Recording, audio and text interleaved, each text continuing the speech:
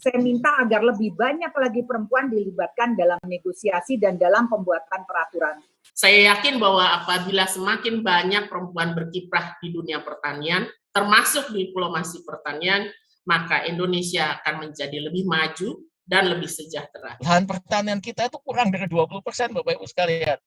Ya, dan terus semakin menurun ya kalau saya lihat di statistik lahan pertanian. Terakhir itu kalau nggak salah hanya sekitar 17%, ya, termasuk perkebunan. Sementara ya kebutuhan pangan itu meningkat 276 juta jiwa saat ini kurang lebih kan.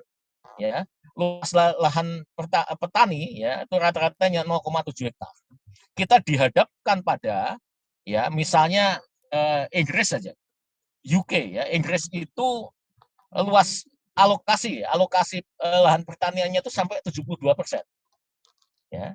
Kita hanya kurang dari 20%. Ya, bahkan apakah kita bangga mengaku sebagai negara agraris di sini? Artinya apa? Masih wajar kan kita menambah alokasi lahan pertanian. Alokasi lahan itu dibuat ketika penduduk Indonesia masih seperti lagunya Wairama. 135 juta penduduk Indonesia, jreng gitu ya. Padahal sekarang sudah 2 kali lipat lebih, 276 juta. Apakah masih cukup dengan luasan hanya 20% yang malah semakin menurun luasannya? Negara yang sangat kritis ya, misalnya mengkritisi kondisi hutan kita dan sebagainya itu hampir bisa dipastikan adalah negara yang hutannya sudah habis. Amerika itu luas lahan pertaniannya lebih dari 50%. Australia itu luas lahan pertaniannya 370 juta hektar. 10 kali lipat kurang lebih luas lahan pertanian Indonesia. Makanya mereka walaupun negara maju masih ekspor kedelai, ekspor sapi, ya, ekspor macam-macam.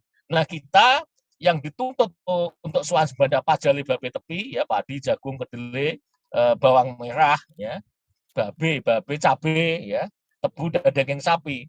Luasannya hanya segitu-gitu aja. Format pentahelix itu sudah sangat perfect. Tapi mari kita lakukan, jangan kita hanya berwacana, karena banyak sekali wacana-wacana, program-program, tapi ya hanya sampai di situ saja. Mari kita lakukan bersama-sama dan hand in hand, karena tanpa adanya kerjasama percuma. Nah, kita tidak akan capai apa yang kita cita-citakan. Apakah ada suatu grand strategi untuk misalnya untuk ekspor hortikultura Indonesia? Ada enggak? Kalau enggak ada, ya ayo kita bikin bersama-sama. Tapi ajak kami, ajak Kadin untuk sama-sama membuat the grand strategy of Indonesian horticulture. Karena horticulture kita luar biasa. Kita mempunyai keunggulan komparatif juga luar biasa. Tapi selama ini semua jalan sendiri-sendiri. India merupakan penyumbang surplus terbesar perdagangan Indonesia setelah Amerika Serikat. Jadi Amerika nomor 1 surplus kita, kemudian India surplus di kita.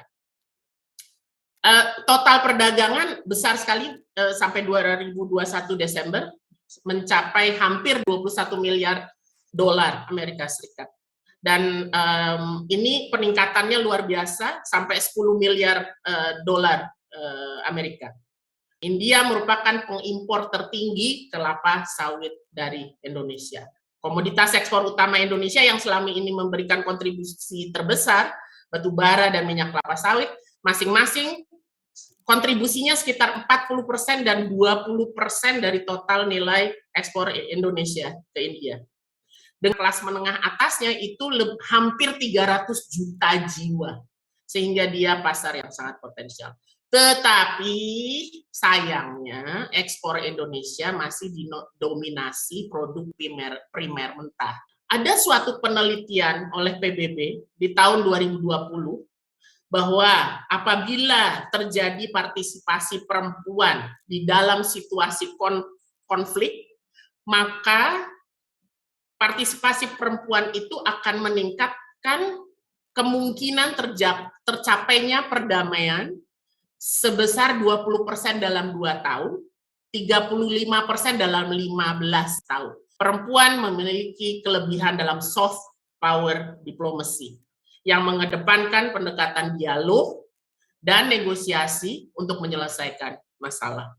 Saya yakin bahwa apabila semakin banyak perempuan berkiprah di dunia pertanian, termasuk diplomasi pertanian, maka Indonesia akan menjadi lebih maju dan lebih sejahtera. Agar perempuan atau pengusaha atau perempuan pengusaha dilibatkan dalam negosiasi juga dalam pembuatan peraturan. Mengapa? Karena dalam pembuatan peraturan kadang-kadang itu tidak gender ininya tidak diperhatikan, betul. Jadi kadang-kadang ada impact dari situ tuh nggak sadar gitu loh. Nah ini yang saya minta agar lebih banyak lagi perempuan dilibatkan dalam negosiasi dan dalam pembuatan peraturan.